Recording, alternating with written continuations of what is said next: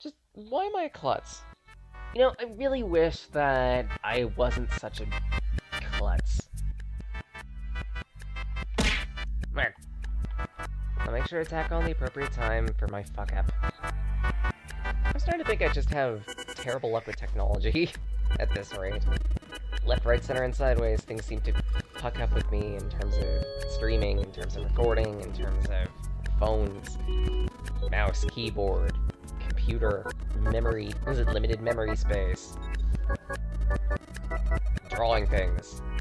I guess I might as well fluff talk while we get back. So I really like what I played of Deep Rock Galactic yesterday. I might consider bringing it back for a second showing. That and Risk Rain too, because those two were both really, really fun. I do recognize, though, that they're games that do thrive on multiplayer, which is both a blessing and a curse. Deep Rock Galactic especially, apparently, is especially rough if you play it by yourself, specifically because there's a lot that needs to get done, and if you're very unlucky with the terrain generation and everything, you could sometimes end up in very difficult, if not unwinnable situations. Just, all I need to point at is the last match that I had yesterday with Jaden.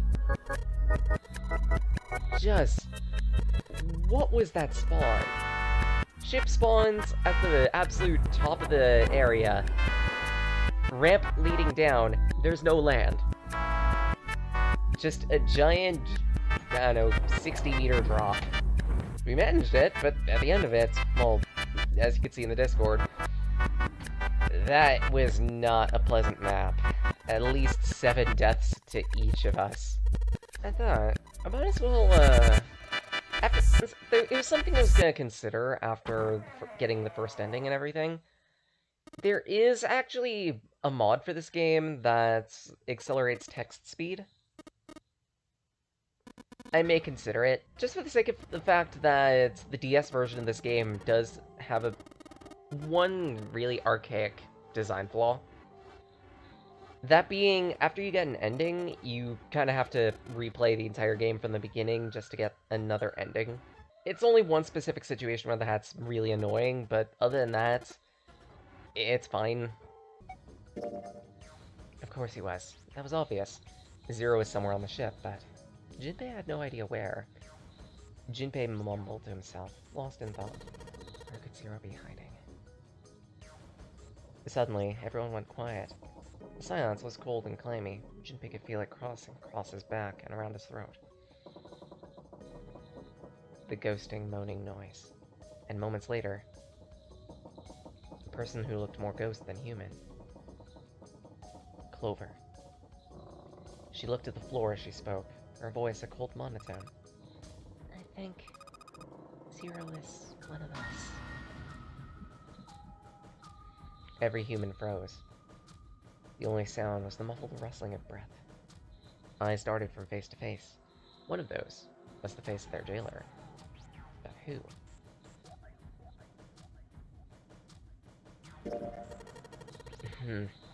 Well, that's possible.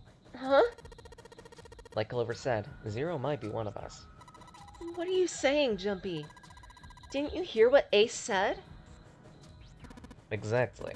I said we shouldn't suspect one another for no reason. No reason? I've got a great reason. And what's that? The bracelets. Why are the bombs in our bodies connected to the bracelets? You're all thinking Zero's hiding somewhere, watching us, right?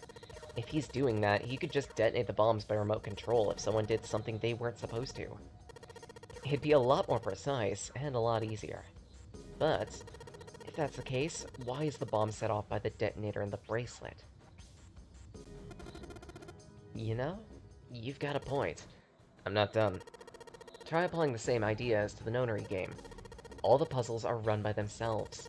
In other words, Zero doesn't have to be controlling them for the game to move forward. Why is that? Why would Zero bother to do something like that? Junpei let the question hang in the air. Santa answered. So let's say you and Clover are right. Zero's one of us. If that's the case, it'd be really hard for him to keep track of all of us, or control anything remotely. And that's why all the puzzles run by themselves. That's what you're getting at, right? Yeah. 7. When we were talking earlier, you said any one of us could be Snake's killer, right? Yeah, something like that. Alright, I've got a question for you, Ace. You said something like Zero must be the one who killed Snake, right? Yes, something like that. I can't think of any other explanation. So what do we get if we combine those? They fit together pretty well, I think. Something like this. Whoever killed Snake is Zero. Zero is one of us. The 7 and Ace's theories aren't mutually exclusive. They actually complement each other pretty well. At least, they do if Zero is one of us. Their faces were grim, but Junpei wasn't sure if everyone believed him. Lotus spoke next. What were his motives? Motives? Yes. Isn't that pretty important? Why would Zero want to hide as one of us? Oh, well, that's because, Junpei choked. He hadn't thought that far ahead. And to be honest with himself, he had no idea. Lotus sighed. Well, so much for making a persuasive argument, Junpei. In other words, you only had circumstantial evidence. I don't really think that's enough to go on, you know? Junpei was painfully aware of their eyes on him, their disapproval. He tried to find something else to look at, anything else. And just where he could bear it no longer.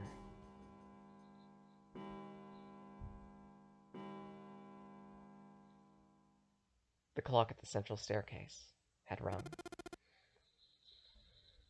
3 in the morning. So we have 3 hours left. But we need to move now. 7. Clover, Junpei. I know how you feel, but you do understand that, right? Now, it's important we trust one another, don't you? Junpei couldn't respond. He swallowed the words he wanted to say, and sighed. 7 and Clover remained similarly silent. Their eyes were looking at something somewhere else, very far away. We must go. We have very little time left. Ace's words put their feet to movement. They all knew where they were going. Their next destination? Mercury. It sat bolted to the wall near the stairs that led to the casino and the kitchen, between the 2 elevators. The Mercury card reader. Junpei stood in front of it with the Mercury key. 7 had given him the card.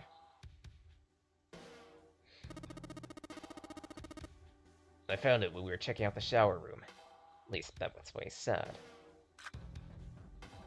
Junpei slid the card in. The light turned green, made a tiny noise. They were ready. Junpei and Jun had been chosen as the investigators. The reasoning being, they'd been to E-Deck before and no one else had. As before, Junpei set the elevator ahead to make sure the floor wasn't flooded. The elevator returned as dry as it had left. Junpei stepped in.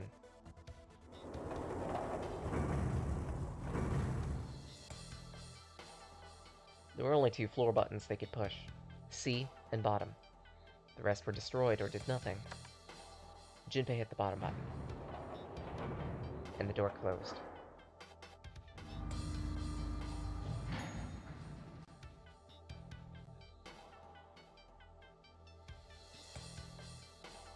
Sometime later, Junpei and Jun stepped off into the bottom deck.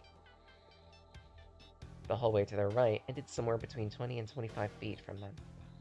The hallway in front of them, a dead end. But not a regular dead end. A numbered door. This is the 8th one we've found. There were 2 numbered doors on B deck near the central staircase, 4 and 5. There are 3 more numbered doors in the large hospital room, 3, 7, 8. And another door on E deck with a 6. Lotus and Santa had found a number 1 door. 4, 5, 3, 7, 8, 6, 1, and now 2. Only one thing it meant. Do you think the next door we find? Probably. The next one will be door 9. Despite himself, Junpei felt excited. There was something about that excitement that frightened him. He did his best to put it from his mind, headed back to C-Deck with Jun.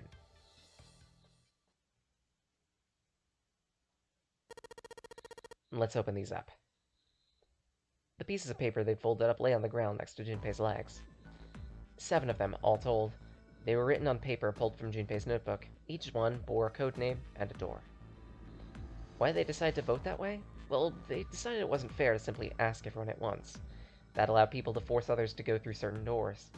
Well, that wasn't the only reason. Junpei proposed the voting system, and he had a plan.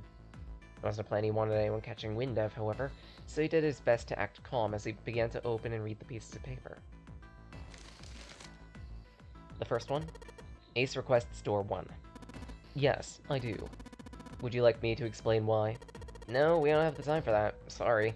Let's keep going. Santa wants door 6. Yeah, that's what I wrote.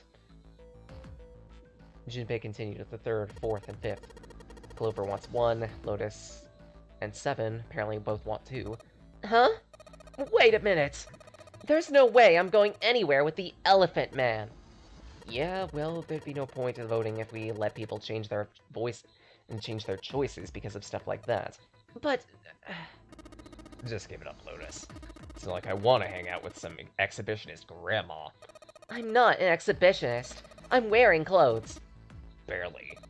So? Last I checked, that's not a crime. Maybe, but what about common decency? Nobody wants to have to look at the chick who looks like a half-naked raisin. Ugh!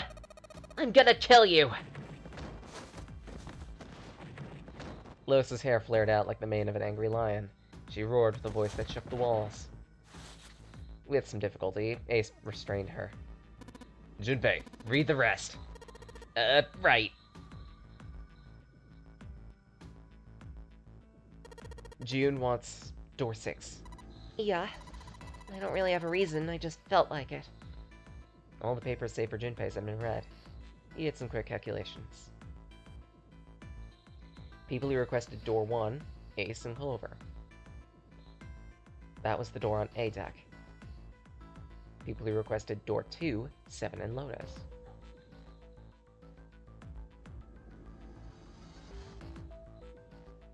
People who requested door 6, Santa and June.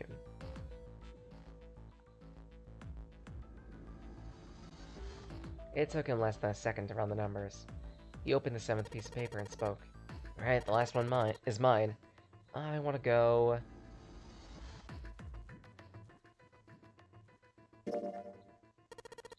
to door 1. Santa was unconvinced. Hey, wait a minute. You cheating? Cheating? I'm asking if you changed your number after you heard what doors we wanted. How could I do that? I wrote it down on the paper earlier. Let me see that. Junpei shrugged, handed him the paper.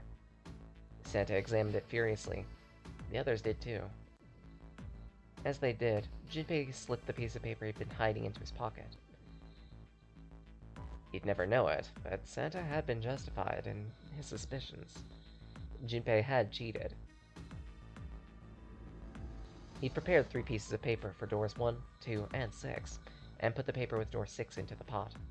He put a small mark on it, so you'd know which one was his. Then put that said door 1 paper in his left hand, and the door 2 paper in his right. When the drawing began, he saw to it he drew last. The rest was easy. If he wanted to go into door 1, he'd use his left hand. His right, if he wanted door 2. Of course, if he wanted door 6, that'd be simple. All he'd need to do was switch nothing and say 6 had been what he wanted. Well, what does it say? He fought the urge to smirk. You got lucky. Santa snorted, tossed the paper aside in frustration. Very well. We've decided who will go through door 1. It'll be Clover, Junpei, and myself. Our only problem is the 2 remaining teams. June and I want door 6. Lois and I want door 2. That's not good. We can't open either of the doors with only 2 people. Fine. 7, let's go through door 6. Sure thing. Didn't really want to go through door 2 anyway. Besides, we got a younger girl with us, a little over the average age. Right, June? Well, June was at a loss. Lotus, on the other hand... That pig. You just wait and see. shiver ran down Junpei's spine. Even after they separated at the staircase, Lotus was still muttering angrily. Circumstances dictated that Junpei and June would have to part ways again, but this time it didn't sting quite so much. He knew he'd see her again. So we find that D9 door. Zero ain't gonna split us up. We might get separated for a bit, but we'll see each other again. Otherwise, we can't open door 9. That's how the notary game works.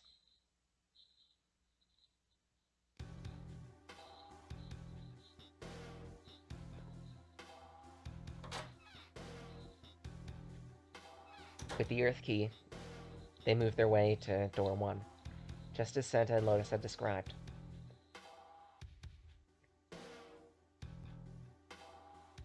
To the left of it, bolted to the wall, was the rat. Ace waved his first. Junpei next. And listlessly, Clover. She leaned toward the panel.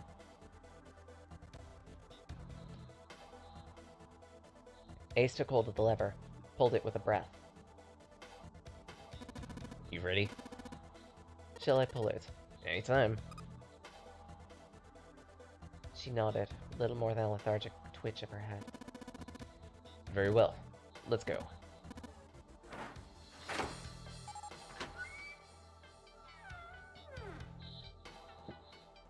The door opened. They stumbled into the room.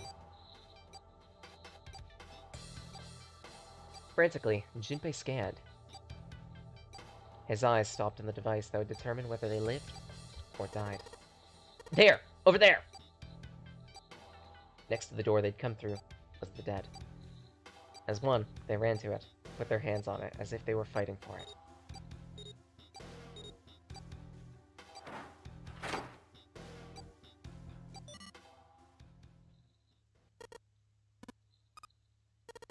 It stopped. Yes, it did. Junpei could feel his heart pounding against the inside of his ribs. Ace and Clover were breathing hard and fast. Third time they'd been through this process, but they'd yet to grow accustomed to it. Not that Junpei wanted to. He planned to finish the game before he got a chance to let imminent death become commonplace. Junpei looked around again, this time more slowly. Another door, different from the one they'd entered through. He took hold of the knob easily, gently pulled it open. So this is the wheelhouse? He closed the door again, turned to Ace and Clover. He fixed each in turn with a meaningful stare. Ace, you investigate the wheelhouse next door. Very well, then. Clover, you're in charge of this room. Come on, say something. Okay, I will. Alright, let's get started.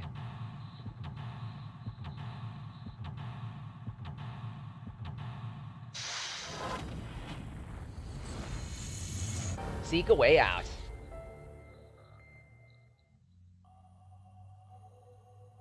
This is the captain's quarters, and if I remember correctly, it's one of the last puzzles in this specific route. There's going to be quite a bit to do here. Some of it revolving around this nautical chart here. Make sure you pick it up. A chair. A chair. Clover isn't talking much. I guess that's understandable. I mean, she's been through a lot. Really, it's more surprising she's still together enough to talk.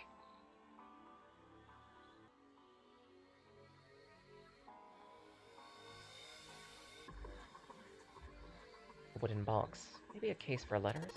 Hey, Clover, you ever write letters? Nothing. World map with the Atlantic Ocean in the center. There are a number of red pins in several locations. What do they mean? Well, the nautical chart I picked up earlier has a map like this one. Maybe one of them matches up to the pins? Let's see. Well, what do you know? This one's a match. So we've got 7 locations connected by straight lines. Each one has a word next to it. That's probably the speed.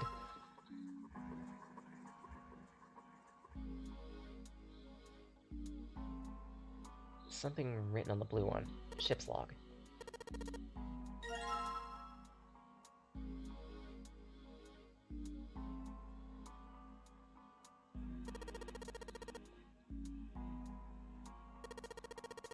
This is a pretty empty desk.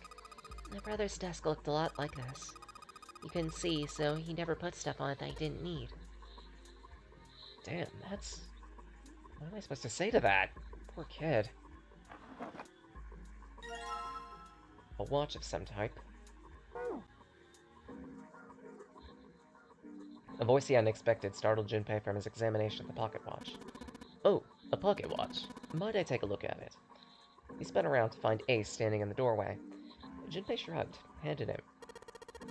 What are you doing over in this room? Oh, I just thought I'd check up on the two of you. Is there a problem?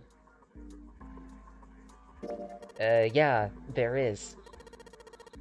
You checked on us. Now get out of here. We split this stuff up for a reason, alright? Junpei caught himself. Why'd he say it like that? There'd been no reason to speak to Ace that way. Junpei felt off, somehow. Ace opened his mouth, took another look, and shut it. A small smirk appeared on his face. Oh, I see. Of course. He looked Junpei over, glanced at Clover. I apologize for the intrusion. Well, best of luck. Ace gave Junpei a knowing pat on the shoulder and left. For no reason he could fathom, Junpei's head hurt. A sharp, piercing pain in his head. How much time had passed? He wasn't sure, but he did notice when Ace strode through the door. His smile was more of a smirk. He had the air of a man who knew more than his opponent. Ah, yes, there was something I want to check, if you don't mind. What's that? Pardons. With no warning, he slipped his hand into the pocket of Junpei's vest. Hey! What the hell are you doing? He reached for the arm, but it was too late. In the older man's hand were the pieces of paper Junpei had balled up and hid in his pocket. Just as I thought. You switched them, didn't you? When we voted. Oh well, can't say I care. I managed to get through the numbered door I wanted, despite your mischief. Why did you... Oh, simple curiosity. I hope you won't think ill of me for it. Ace smiled, gave Junpei a friendly pat on the shoulder, then leapt on his heel. It was a small defeat, but a defeat nonetheless. Junpei had lost his upper hand, and he knew it. He could feel his stomach tense.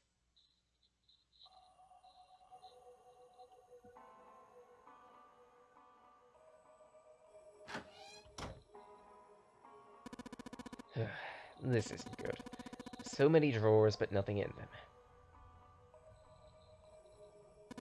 This room is just like the other one. Metal plates bolted over the windows. Heck, not just bolted. Looks like they've been welded on. No way in hell are we gonna get off anytime soon.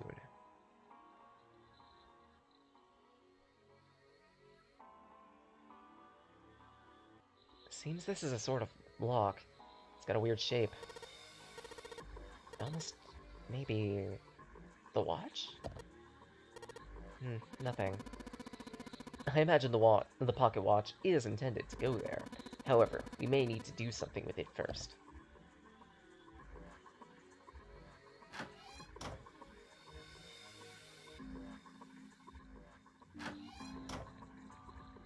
And if I remember correctly, we have enough for this puzzle here.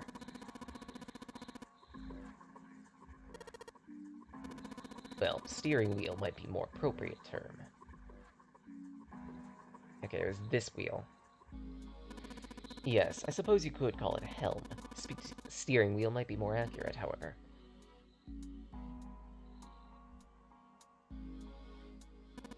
An engine order telegraph. They use this on old ships to adjust the speed of the ship. Like the gear shift in a car? Well, it's a little different. This device doesn't connect directly to the engine. In short, it's a transmitter. The navigation officer uses it to set the speed of the ship, and it sends a signal to the engine. There's a handle on top, which must be moved back and forth to... Hold on. There's no handle. You're right, there isn't. It looks as though it was deliberately removed.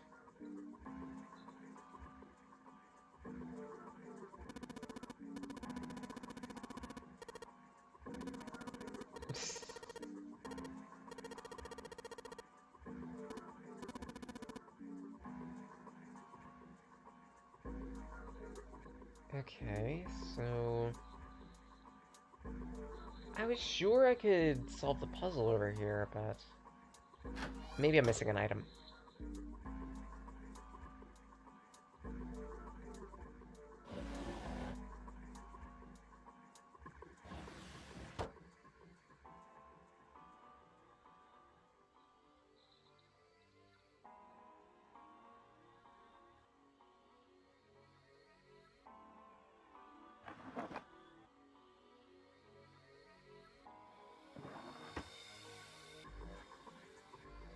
Because I'm pretty sure I'm supposed to have the handle too at this point.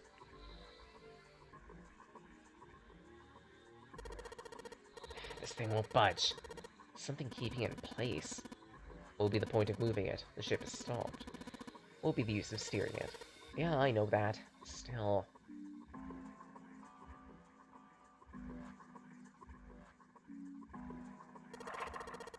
there we go. So let's see. I noticed something else as well. That being, when you move this wheel, the compass moves. What do you mean? The ship. It's moving.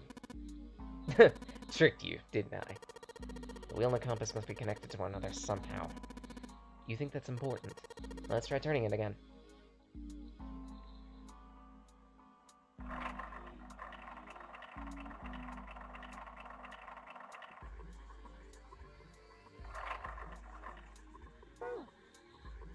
Yep.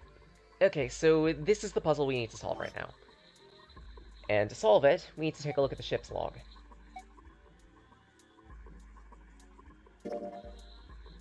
We leave soon for a new journey across the sea. After leaving the port, we headed south and west. We turned southwest to steer around the continent, proceeded northwest. We made port, changed our heading to east for a time, and are headed due north. Soon, we'll be in the dock in the UK, homeland of this vessel.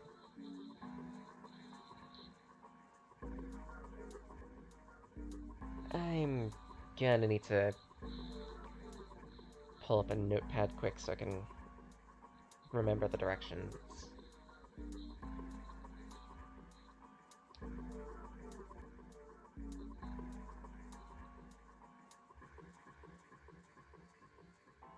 Because we need to input all of these directions into the steering wheel.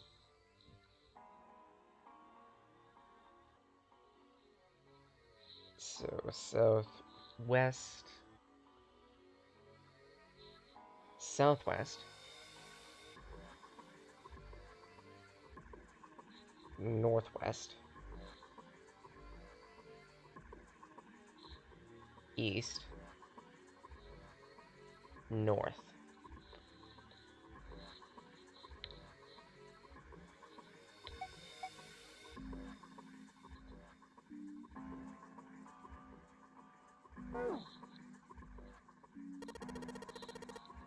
So now, we input those directions.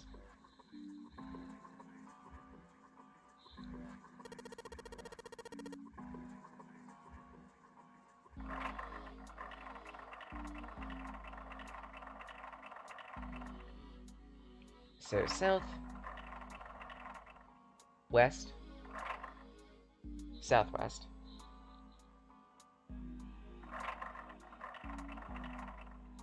northwest,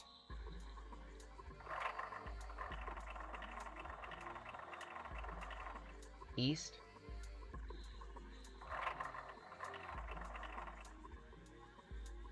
and north. What the? The handle came off! Stooping so low, are you, Zero?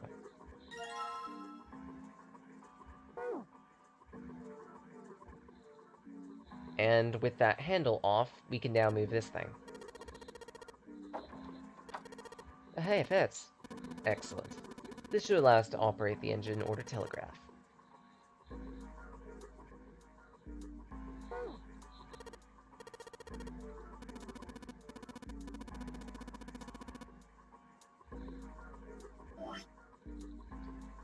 We did take a look at this thing for a brief moment, just to confirm the directions. These speeds are going to be important, so full half slow,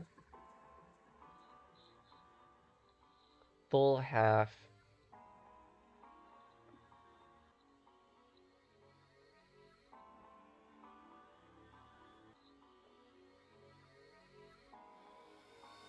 Dead stop.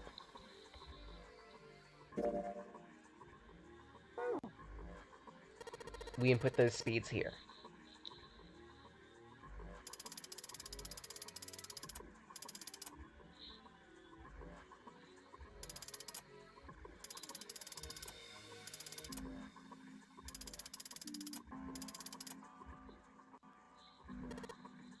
That's weird. I thought I put in the right speeds. Did I mess up? No, I don't think so. Look, something's happened on the back of the wall of the wheelhouse. You're right.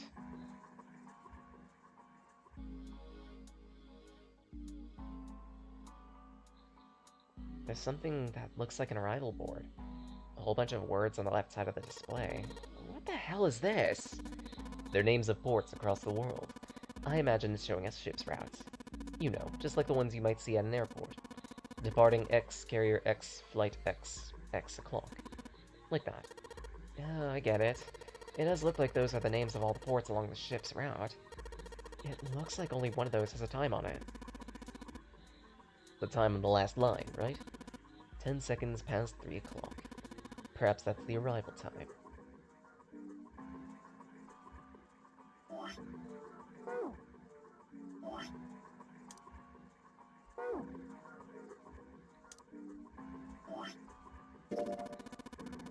And if I remember correctly...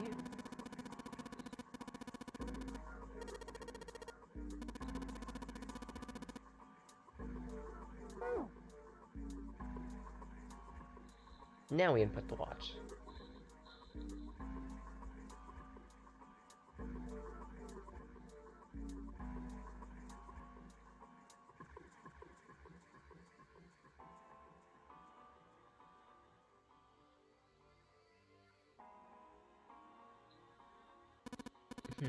Perhaps... Excuse me, Junpei. Hey, he just took the watch! What the hell are you doing? Just trust me.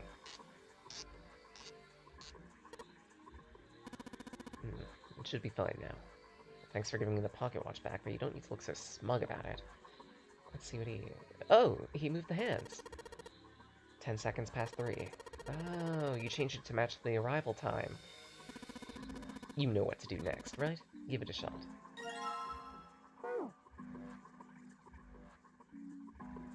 How helpful.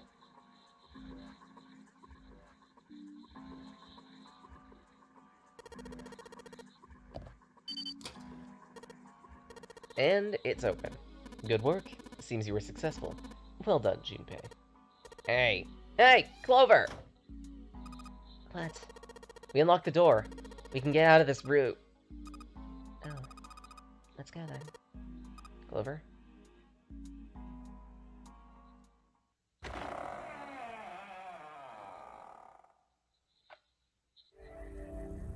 Pretty simple puzzles, all things considered.